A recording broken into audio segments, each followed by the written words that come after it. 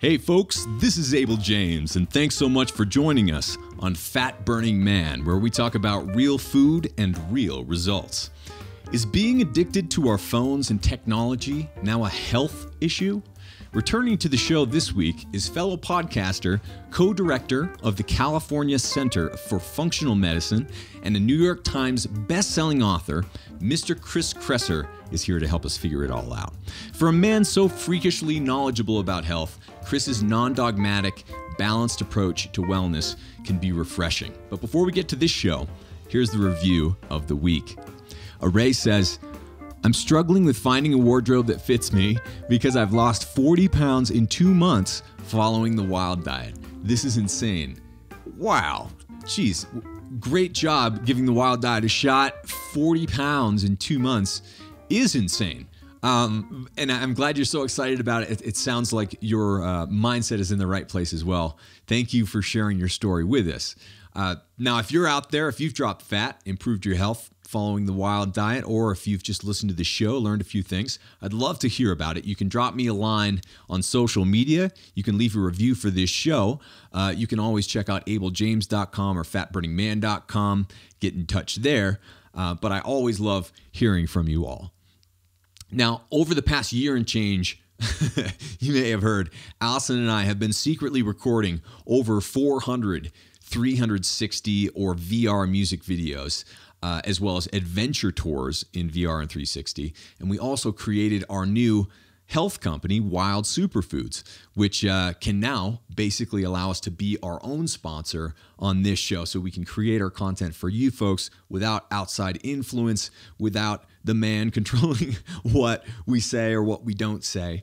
And basically, we can simplify things a lot. It makes it a lot easier to have a small family business, because we're not in this for the money. We're in this for the freedom and for the message. And we really want you folks to be as healthy as possible as well. So we're excited for you to check out Wild Superfoods if you live here in the U.S. If you're living abroad, hopefully we'll be able to figure out a solution to get some Wild Superfoods to you as well down the road. But we're not there quite yet. But being our own sponsor allows our message to stay as clear, honest, and uncompromised as possible. You know, having worked as a consultant in my early days to pay off my college loans, I saw the inside of the beast, and I saw a little bit too much. And to the extent we can, we find a lot of satisfaction in being independent, or being, indie creators, and just a small family business. So every purchase from Wild Superfoods, or from our new website, Wild 30, our educational materials at Fat Burning Man as well, all of those purchases help us create more content for you folks. So we couldn't do it without you. We're glad to be back on the grid, and we really appreciate your support. So for the next year, you can watch a new 360 or VR video at abeljames.com. That's ABEL James.com. Check out a few videos, leave a comment on social media or the websites. Let me know what you think. For the music videos, a lot of you are asking, I make up most of them on the spot, and I'm doing something called live looping, which allows you to record multiple levels of vocals or multiple tracks of vocals, as well as multiple instruments, and I play a whole bunch at this point. So layering those together and then manipulating them with some of the technological musical gadgets I have creates really silly and satirical songs. So if you ever were taking me completely seriously, I hope this helps you to take me a little bit less seriously, because I am just a student of health and a student of life. We all are. I do not have all the answers. I'm not a guru. And hopefully putting out some of these adventures out in nature and some of these music videos, as well as more of this health content, will allow you to get to know us a little bit better. So anyway, head on over to abeljames.com to check all of that out. And I always love hearing from you. All right, on to this show with Mr. Chris Kresser. We're chatting about why chronic diseases have skyrocketed, what the ancestral diet is and why it's important, the role health coaches play in the new healthcare model, and tons more, especially about technology and being addicted to our phones, and how to raise kids in this world of technology these days. Anyway, let's go hang out with Chris. All right, welcome back, folks. This is Abel, and today we're here with Mr. Chris Kresser. Chris is the CEO of Kresser Institute, the co-director of the California Center for Functional Medicine, and a New York Times best-selling author. Chris recently launched the Kresser Institute, an organization dedicated to reinventing healthcare and reversing chronic disease by training healthcare practitioners in functional and evolutionary medicine. Chris, thank you so much for coming back on the show. Abel, always a pleasure to be with you. We've been hanging out in similar circles for a while now. I remember reading your blog back in the day, really appreciating the unique spin that you brought to certain subjects that other people weren't talking about it. And I'm trying to remember the theme from your podcast way back then. What was the name of it? Well, the blog was The Healthy Skeptic. That's right, The Healthy Skeptic. And so, yeah, and that was the podcast too. So that, yeah, you go way back. That was for like back 2008, maybe 2010, 11, something like that. I remember seeing the paleo template show up in a blog comment conversation, I think it was, and everyone's like, yes, the paleo template. I miss those days sometimes, Chris. Yeah, things have changed quite a bit, haven't they? It's amazing. Well, why don't we start right there? What is wrong these days? What's wrong with conventional medicine, conventional wisdom, the way things are? Yeah, well, the long and the short of it is that we're suffering from the biggest epidemic of chronic disease that humans have ever faced, and it's threatening to bankrupt our government, just destroy our quality of life, and shorten our lifespan and threaten the health of future generations. So that's not small. That's a big deal. It's really an existential crisis or threat. In fact, the Department of Defense is looking at chronic disease that way, similarly to the way it looks at other threats like nuclear war or, shortages of basic needs and requirements. And because, 1 in 2 Americans now has a chronic disease, and 1 in 4 have multiple chronic diseases, and those numbers are increasing every year. So if you just follow the trajectory, eventually everybody could have a chronic disease, and that's not where we want to end up. So we really need to take action. It's hard to measure this, but sometimes it feels like things are getting worse instead of better. Yeah, I mean, it's tricky because certainly some things are much better. I think if you ask most people whether they prefer to live today or 200 years ago, they would say today for a number of reasons, that aren't necessarily related to health, but certainly, our lifespan has increased largely because of our ability to deal with the acute challenges that killed us for most of our history, like infections, typhoid, tuberculosis, pneumonia, sepsis, blood infection from a severe injury. Like, these are things that historically, killed us in large numbers, and it's the reason why average life expectancy was like in the 40s or 50s. Right. For a long time. So that's definitely improved, and that's welcome for sure.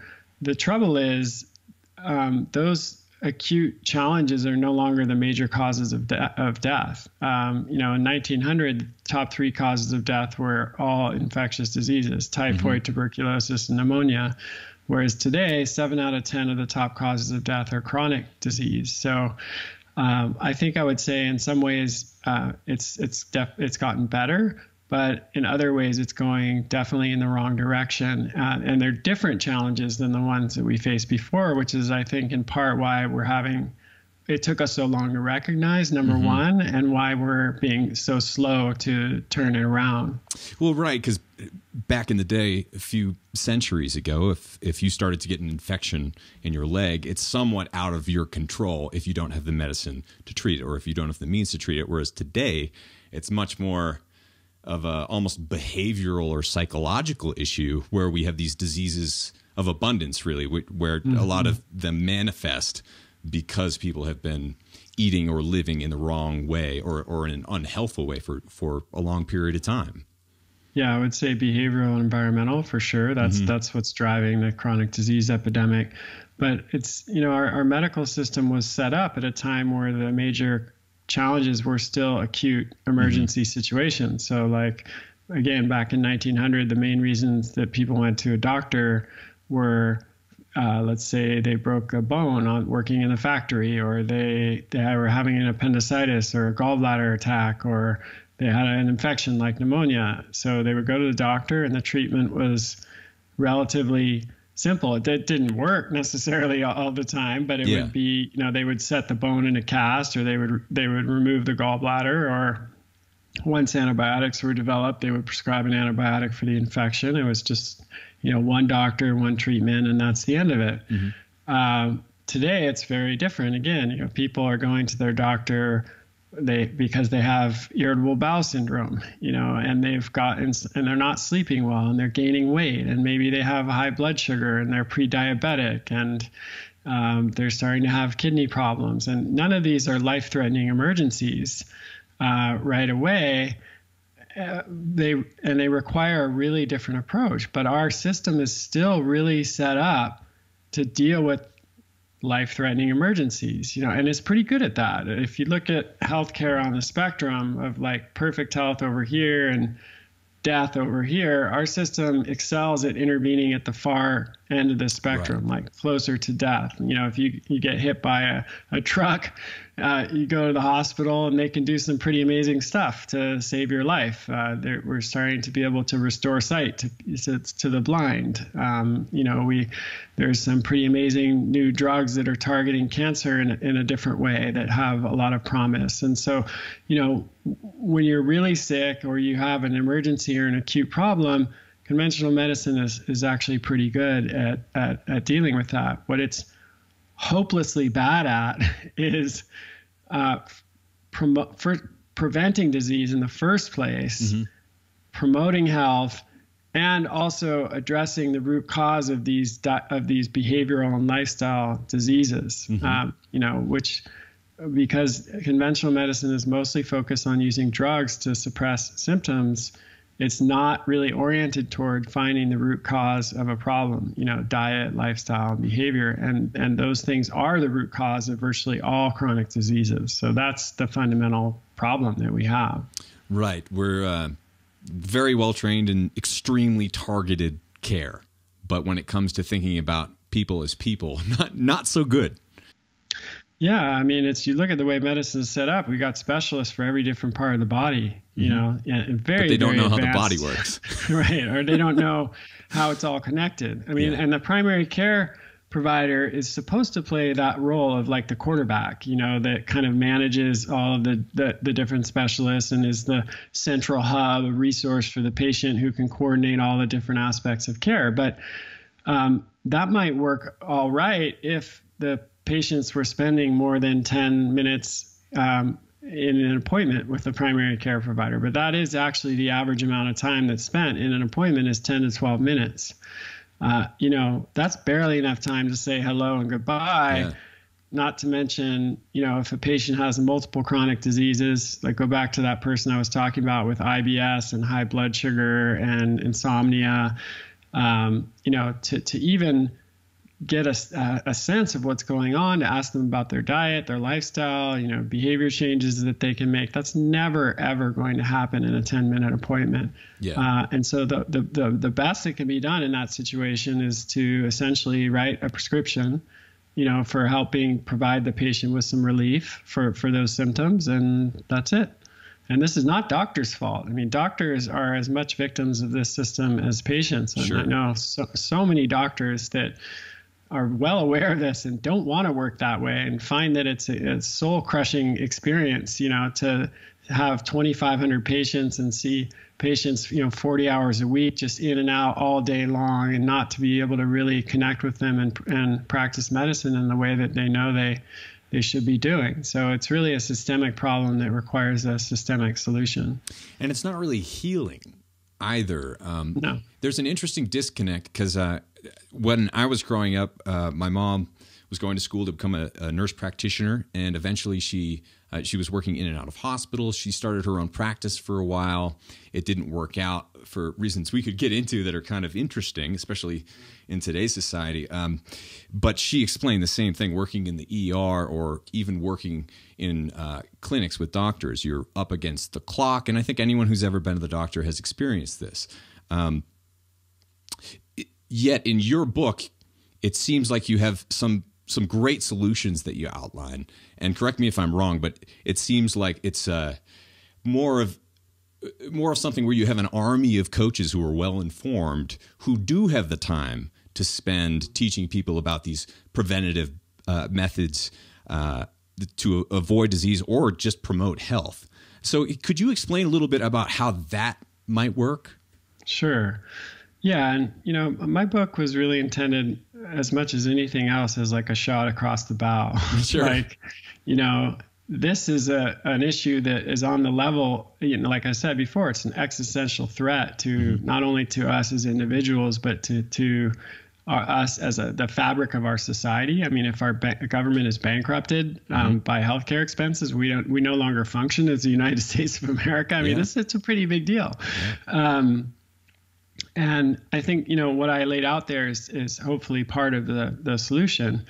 And really, what you were referring to is what I call the collaborative practice model. So, and that's one of the three solutions to this problem that I advocate for in the book. And as I said, appointment times are just too short with doctors. So that's one problem. The second problem is if we acknowledge that chronic disease is primarily driven by diet, lifestyle, and behavior, which it is. Less than 15% of disease is caused by genetic genetic issues. So we could say 85% of the risk of disease comes down to the choices that we make on a daily basis. That's a great way to think about it. Yeah. So then that leads to the next question. Okay, well, even if doctors did have enough time, would they be the best people to work with patients on diet, lifestyle, and behavior change? The answer is no, because they don't have the training. Most doctors only get one class in medical school on nutrition, and it's based on textbooks that were written 30 years ago. Yeah. And also doctors, should they even do that? I mean, doctors still have to be available to do doctor-y kind of stuff, right? If you need a colonoscopy or you need to have a skin tumor removed or something like that, we need people with that advanced level of training. So what I'm suggesting is creating much more of a collaborative approach to care where you have everyone doing exactly what it is that they are trained to do. So and then better utilizing nutritionists, health coaches, personal trainers, and other what I call allied providers, on the care team who can actually make a meaningful impact in helping people to change their diet, behavior, and lifestyle. Because we know now, without a doubt, that is the way that we can make the biggest impact on the healthcare epidemic. So let me use an example. Let's say you go in to the doctor. Maybe this is 5 years from now, and your doctor does some comprehensive blood testing, not just like 3 markers, but like a full blood panel because they know that if they catch stuff before, if they do that, they're going to be more likely to catch things before they turn into full-on problems, right? So then they do some blood sugar markers, and they say, oh, your blood sugar is getting a little high. It's still in the normal range, but it's towards the upper end of the range. And what we know about this is if we don't intervene, it will progress. And the further it progresses along that spectrum, the more difficult it will be to reverse. So that's the good news. We're catching it now. And if we take these few simple steps, we're going to be able to nip this in the bud, and you won't ever have to develop type 2 diabetes. And then they say, and the good news is too, we've seen we know that just telling you to eat well and exercise more is not going to be effective. And so we have a health coach on staff who is an expert at helping people to change their behavior and adopt a new diet plan. And she's going to, come to your house and clean out your pantry and go shopping with you and show you what foods to buy. And she's going to design meal plans and recipes. And then you're going to have a weekly check-in call with her every week until you feel like you're really solid and you've got this, you've got this down. And we're also going to refer you to local gym we have a partnership with, and you're going to personal trainers there is going to help you set up a physical activity program and get you walking more and sitting less, and then eventually do some strength training and, you know, higher intensity stuff, because we know that that's going to make a big difference. And the good news is your insurance company is going to pay for all of this, because they have come to realize that if they spend a little bit of money up front helping patients change their behavior and preventing these diseases, they can save an enormous amount of money over the long term. Now, that might sound kind of like to you and I, Abel, that sounds like, why are we not doing this already? Yeah. I mean, like, to anybody listening too, like, why? That's how it should be, and it is how it should be. And there's actually nothing stopping it from being how it is. It's not even an expense problem, because as I indicated in the book, it costs about $15,000 a year to care for a patient with type 2 diabetes. So if you spend $1,000 even up front on health coaching and personal training for that patient, you prevent them from getting type 2 diabetes in the first place, you could potentially be saving $500,000 over the course of their lifetime. Right. So this is not an economic problem. It's just a question of awareness and will, basically, to make this change. Yeah, I was talking to our mutual friend, Dr. Mark Hyman, yesterday, and I think he mentioned that it was, you spend $2,400 on someone's food for a few months, and then you end up saving well over $100,000 in diseases that manifest later. And that's something that we haven't really been educated about so much, but I think we can all inherently understand, because we see it all around us, right? Like, it's quite obvious, especially as time goes on. You see a lot of problems happening to certain people who are making certain decisions, whether it's the way that they exercise or the way that they eat. You see other people who are living more like elves, probably like us, right? Eating clean, trying to get out there and move, going down to Mexico and surfing sometimes, where it seems like you have vitality still, right? Like when you look around and you see people who are losing it, it's concerning, especially when we start to accept that as normal, which we have, I think, more and more as the years go by. I mean, I think a lot of the problem is environmental. Is the ancestral argument, which a lot of your listeners are familiar with, basically says, look, we've got a kind of operating system that was designed for a completely different environment than the one we're living in. You know, it was designed for living outdoors in an environment of relative food scarcity, where you had exposure to the natural rhythms of light and dark, where you had to be physically active throughout the day or you would die, because no one was, there was no buffet that you could just turn up to and be fed. You had to go hunt and gather your food. There was social connection, because humans lived in a tribal arrangement. And that's all just hardwired into our DNA and our biology. Now, you fast forward to today, every single aspect of our lifestyle is different. Everything that I just mentioned has been basically turned upside down. We live in an environment of food abundance where you can walk, 7-Eleven and Costco and Walmart and Amazon Fresh and 2 hour. I mean, you really can eat. There certainly still is poverty in the United States and people who don't have enough to eat. So I don't mean to diminish that, but for most people living in our industrialized world, the problem is eating too much, not enough. And, we're not sleeping enough. We're spending long periods of time sitting and looking at screens. We're living in isolated, alienated social environments. And so the key point I want to make is that it's really important to understand that our body, that there are a lot of ways that our body sets us up for failure in this environment. So just, a couple examples would be, we're hardwired to seek out highly rewarding calorie dense food, because that would have helped us survive in a natural environment characterized by food scarcity. The people that were most successful in finding that calorie dense food and eating the most of it would have actually survived to pass their genes on. And others are, our kind of dopamine reward system is, we're programmed to be kind of constantly scanning the environment for distractions, because that, if we saw something in our peripheral vision that could have been a predator, we would have been more alert and aware, and we would have been able to escape that, and we would have passed our genes down.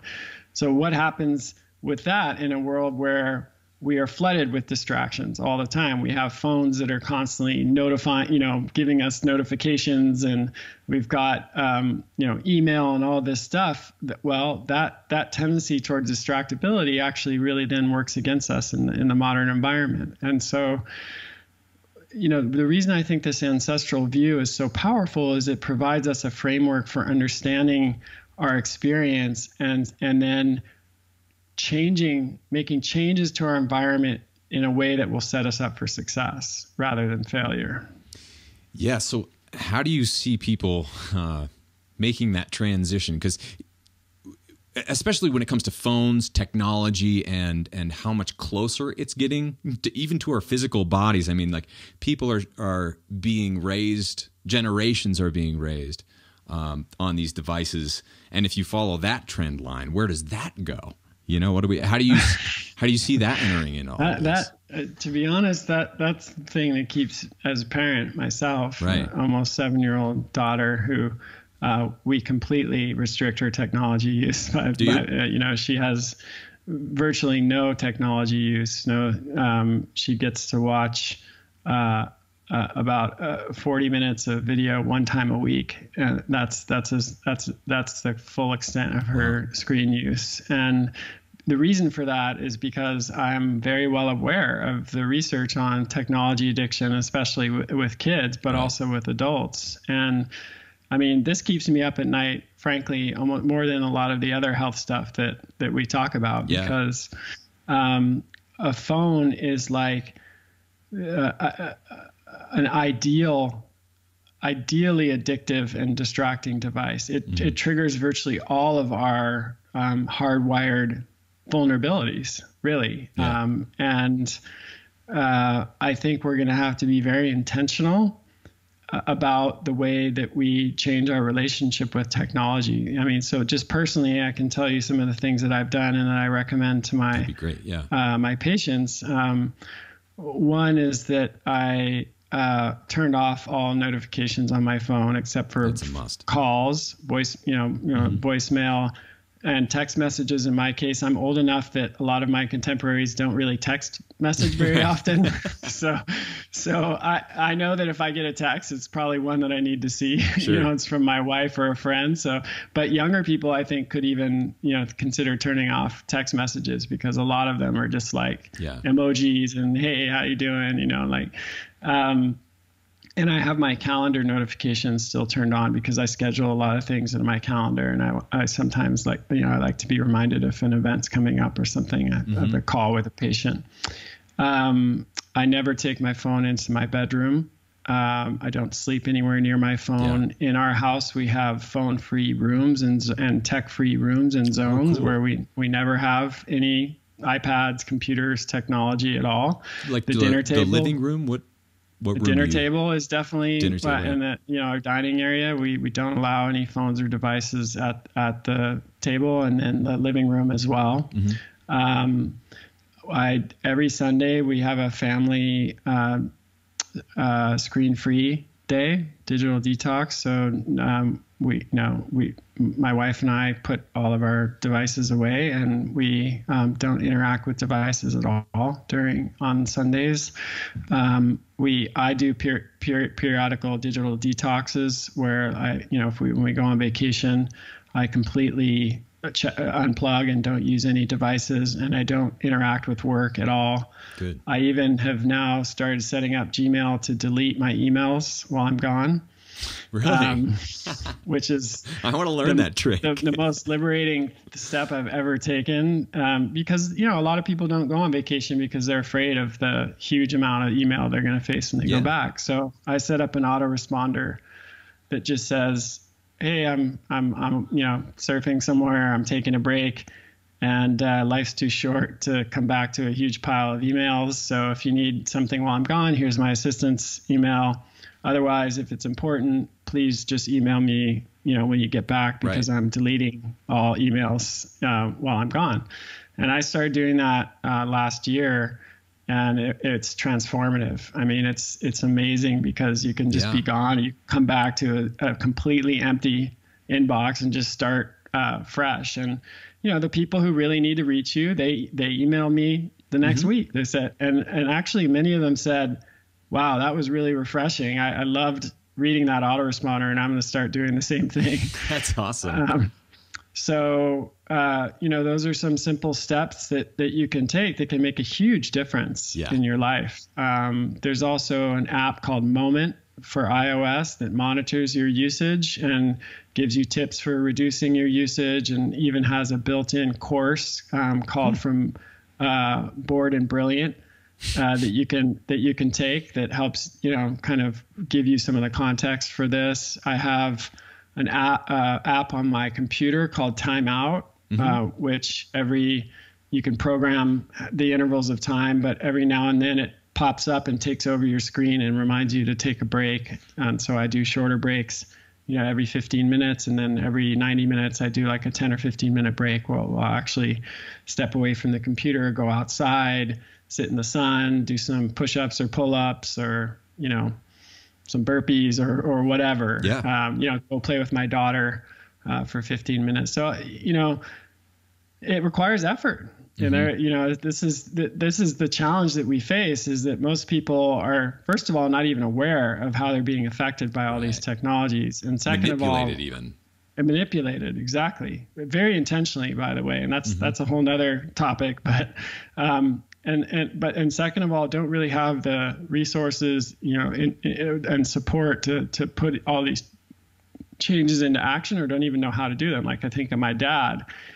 He, was one of the last people I know to get an iPhone. He is not tech savvy. So, he just gets it, and like whatever that he, it's by default set up to notify and interrupt him all the time. Yeah. And then whenever you install a new app, he just hits okay. He doesn't know, he doesn't really know what to do. And so now it's come to the point where he's just constantly interrupted all throughout the day without even really intentionally choosing for that to happen. Right. And I had a conversation with him the other day. I was like, Dad, you realize this is what's happening. Like if I came to you and I said, hey, how would it be if I just followed you around all day, and every couple minutes just like Bing. Clapped in front of your face and like, distracted you from what you were doing, or like, tapped you on the shoulder relentlessly until you looked at me? I mean, you'd punch me in the face in about 5 minutes and tell me to get out of here. But that's essentially what the phone's doing to us all day. It really is, but it's making it pleasurable almost. Like you think that it is, because it's almost like Pavlov's dog. You get this sound that grabs your attention. You kind of like it, because you probably picked it out and it's one of your favorites. And so it goes ding, and then, oh, it's a friend, or it's a smiling face, or it's a something. And, I went to school for some of the psychological stuff. So if I kept going with it, I know who they hired to like trick people into being affected by this stuff. And it's so rampant. And like you said, it's not just the kids, it's also our parents' generation. Every time I go and visit my folks, I literally have to take like almost all of their devices, especially Apple devices. I go into the settings and I have to go through all of the new notifications that have popped up, like usually without their permission. Turn them off. Yeah, exactly. And man, it's a lot of work, and we shouldn't have to do that. But it's really important to know that that's what we're up against. Yeah, and this is hard. This is again just brain chemistry. This is all dopamine mediated. It goes back to that distracted, that hardwired fact that we're wired for distraction, that helped us survive in a natural environment.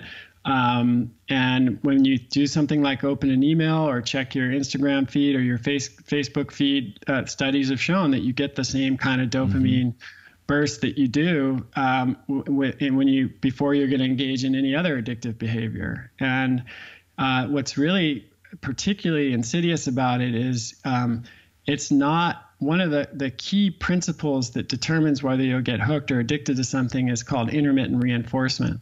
So it's if you open an email and every time it was a really good one, it wouldn't be the same. It's that you're not sure what you're going to get when you open the email or when you open your Facebook feed, and every now and then you'll get something that makes you feel good. And so that intermittent reward is what makes it so compelling. And if the best example of this outside of phone technology is slot machines. Yes. Slot machines are the exact principles. And they are known to be the most addictive devices on the planet. So essentially the phone is like carrying a slot machine around in your pocket. Yeah. Geez. That's a great way to put it in just a few words. And I think the problem is it's not really getting better, and it's, you really have to keep watching it, like literally every day, like a hawk, to make sure that technology isn't invading your life more and more, which is interesting because there's this assumption that technology is going to save us from so many problems that we have right now. Yet the more social media accounts that you stack onto all the responsibilities that we already have, and the more emails and the more, like you were explaining, it doesn't seem like it's solving that many problems. No, or it's creating as many as it's solving. Yeah, right? Exactly, for sure. And I do talk about this a lot more now, because I think it's a health problem. I mean, yes, it is now. It's threatening our health in the same ways that a poor diet, not getting enough physical activity, et cetera, does. And I actually our health coach training program just started in June, and for that program, I put together 2 hours of material on technology addiction and how to identify it first of all in yourself, and how to work with it and address it. And then, of course, that once you've been able to do that, then to help your clients do that. Because if someone is working as a health coach and they're not thinking about or talking about technology addiction with their clients, they're going to be missing a whole piece of the puzzle, and in some cases it's the main piece, because they won't be able to sleep, to exercise, to manage their stress, and even possibly to eat well if they're spending so much time engaged with technology, or so much time being interrupted by technology, right? Because it's that very thing. You can promise yourself that you're going to use it less, but if it keeps going off and it keeps going off, then whatever you are doing, you can't keep doing it that way. Yeah, and if you're sleeping with your phone in your room, which I think something like 75% of people do, and really? You're not, it's crazy. The numbers are just nuts. And you're not turning off notifications. Like a lot of people, especially younger people, are waking up all through the night to respond to text messages, or Instagram posts or whatever. And that's just scary, given what we know about the importance of sleep and the effects of sleep deprivation. So I do think this is a big public health issue. I think one thing that's really important for listeners to take away from this is, Chris, you've literally built this into your habits now. You disconnect, and like what you do is being connected to a bunch of people. Same with us. We went without proper internet for 8+ months. Relatively recently. We're just kind of coming back on the grid. We went away from social media. Now we're coming back. We're releasing new content and stuff like that. But even though this is kind of like what we do to pay the bills, it was still okay. Like, it's okay to take a break. It's okay. People won't hate you or not be friends with you anymore if you don't post for a few days, for a few weeks, or even a few months. Or I hadn't posted until this week to Instagram in 1.5 years, because I read an article that said the more time you spend on social media, literally, the more depressed you get. And we also know the other side of that. If you get 30 minutes of exercise, it's basically the equivalent of a Zoloft, where we have these things that we need to do as humans. So anyway, that's a little rant about what you folks can do to disconnect, or at least build it into your habits a little bit more, because you have to play more self-defense than you used to. Absolutely. That's a very good point. This really is about self-defense, and you're fighting against very difficult to change. You're not going to change the impulses. Those are part of our biology. They're part of what make us human.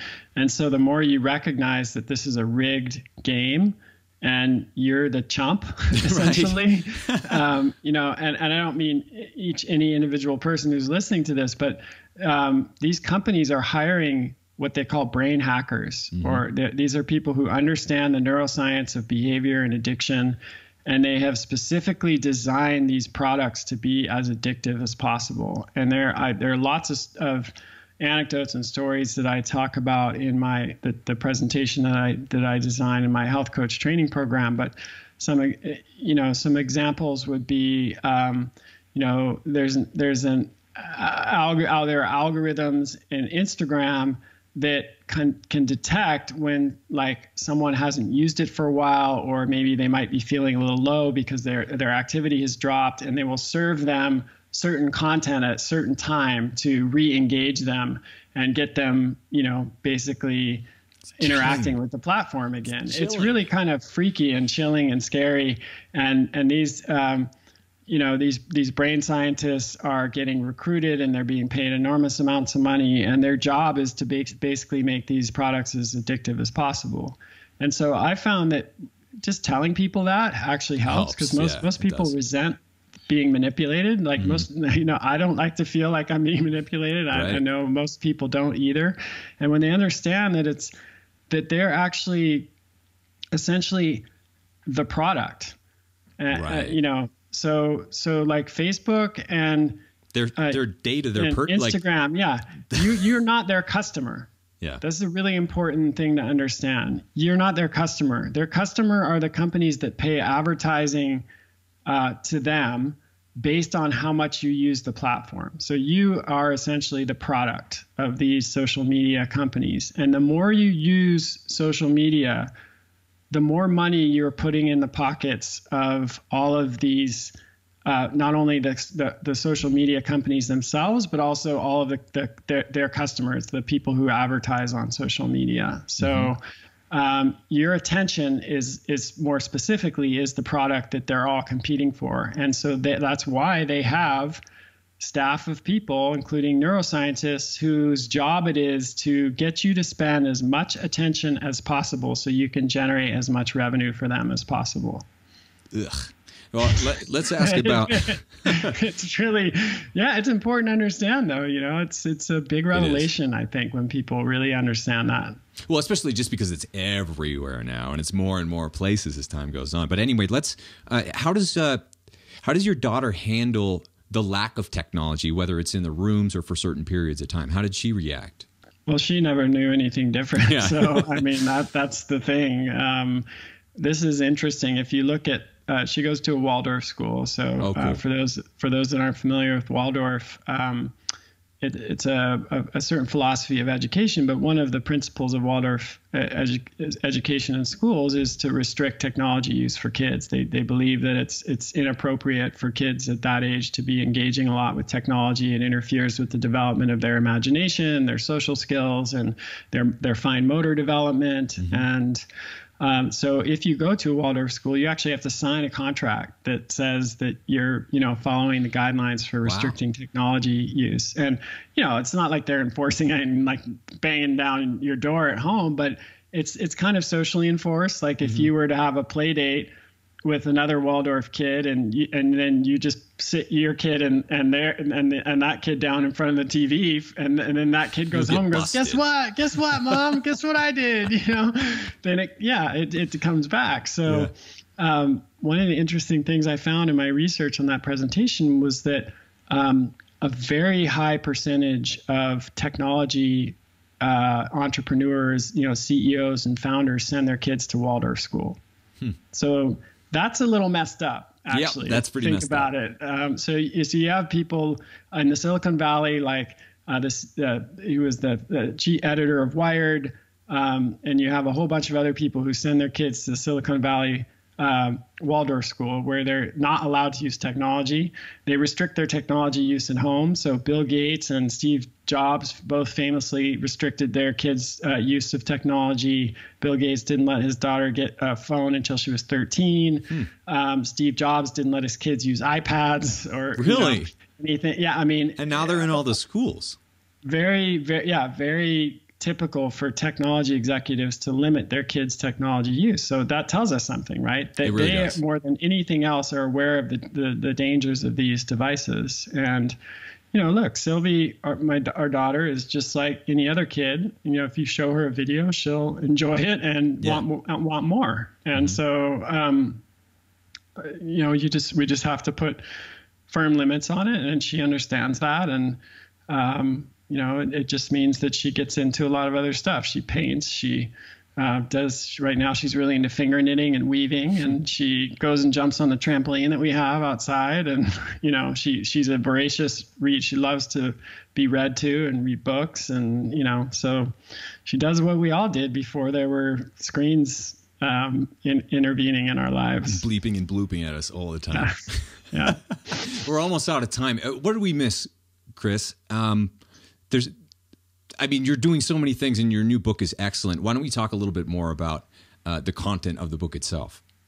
Sure. So, we started talking about how important it was, to move to a more collaborative practice model, where we're not just relying on doctors to manage disease. We actually have a full care team who can help people to change their diet, behavior, and lifestyle. So that was actually one of the three-part solution that I suggest in the book.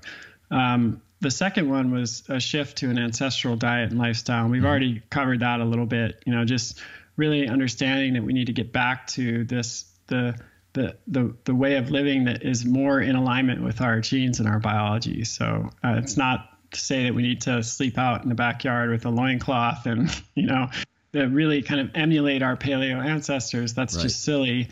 But certain, very basic things like wearing orange glasses at night to filter out the blue light, and not using electronic devices right before you sleep, and using a standing desk in addition to a sitting desk, and all little changes that we can make to kind of mimic more of our natural environment and behavior.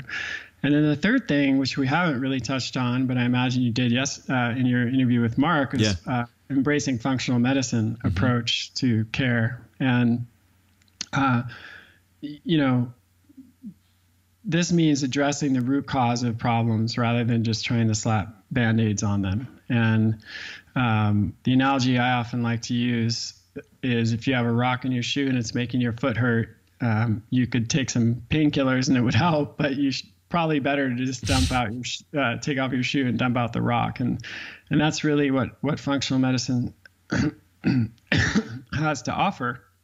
And I think it's a key component of the solution, because as I mentioned before with diabetes example, it's enormously expensive to manage these diseases once they've occurred, and we'll never have enough money, whether you're talking about whether the government's paying, individuals are paying, or corporations or employers are paying. There will never be enough money to manage a population where everyone has chronic disease. Right. That's just a non-starter deal breaker. So the only hope we have is to actually reverse these conditions rather than just try to manage them. And, the best way of doing that is the functional medicine approach.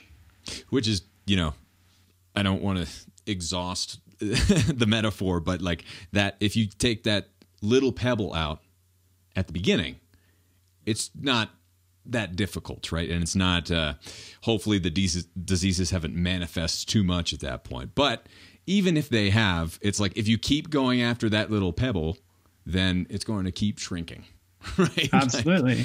You don't want it to go in the opposite direction. So it's important that, it's never too late to focus on functional medicine or the whole body. It's never too late. And even when the disease can't be completely reversed, as I think you were alluding to, it can usually be improved significantly. And, we have patients, for example, who, they've gone from taking 10 or 15 medications to one, wow. And maybe they still need to take the one because they progressed so far along the disease spectrum that unfortunately, that part of it was irreversible and we couldn't get them, but they feel 90% better and they're taking one medication instead of 10 or 15 and feeling suicidal because they're so sick and depressed. I mean, that's a huge win, right? It's like, it doesn't always have to be black or white. And there's just so much that can be done. Now that's a much bigger change, shifting our conventional, everything we've been talking about so far could be relatively easily incorporated and even into our existing system. Yeah. changing to a primarily functional medicine model is a much bigger undertaking. And it's one that I think we need to do and will do, and is actually already starting to happen. That before our recording, I was recording a show for my own podcast, and I had Pat Charmel, who's the CEO of a hospital in Connecticut, and a couple of other people talking about really essentially like how they're starting to shift to a functional medicine approach. Wow. in the conventional world. I mean, this is a CEO of a hospital, which is Very cool. Hospital is a place where you would expect them to be thinking at the very far end of that spectrum, Right. like this is acute care and even end of life in many cases. Sure. But what they have realized is that model is not sustainable. And in order to really make a difference, they're going to have to start like touching people a lot earlier in the cycle. And they're figuring out ways to go out into the local community and partner with insurance companies and other providers to start delivering preventative care. They're even thinking about the social determinants of health, like, they're a relatively low income area. So, some people don't even have they don't have enough money to buy healthy food, or they're living in a moldy house and they have asthma because the indoor air quality is poor, or they don't have access to fresh food because they live in a neighborhood where there are only liquor stores on the corner. And so they're even starting to work with social agencies and think about things from a very holistic perspective. And this is, as Pat admitted, like, at first, a lot of this stuff gets motivated just economically because the numbers are such that, our healthcare system is facing bankruptcy, and everybody knows it. People in the conventional world know it. And so everyone's trying to find a way to survive, like whatever their role is, an insurance company or a provider or an employer. And they're starting to come to the same conclusion. They're looking at things and saying, we can't just wait till people are really sick. We have to start thinking about preventative care. And so, we've got a long ways to go still in that transition, but you're seeing pockets of it already, even like in the depths of the traditional conventional medical system, which is pretty exciting. And that's just one of the reasons your work is so important, and we very much appreciate it, Chris. What's the best place for people to find you? KrisKresser.com is my main website. And then for those who are interested in training in functional medicine or as a health coach, that's KresserInstitute.com. Right on. Well, Chris, it's been a pleasure as always. Thank you so much for coming on the show. Yeah, well, the pleasure is mine. I always enjoy our chats.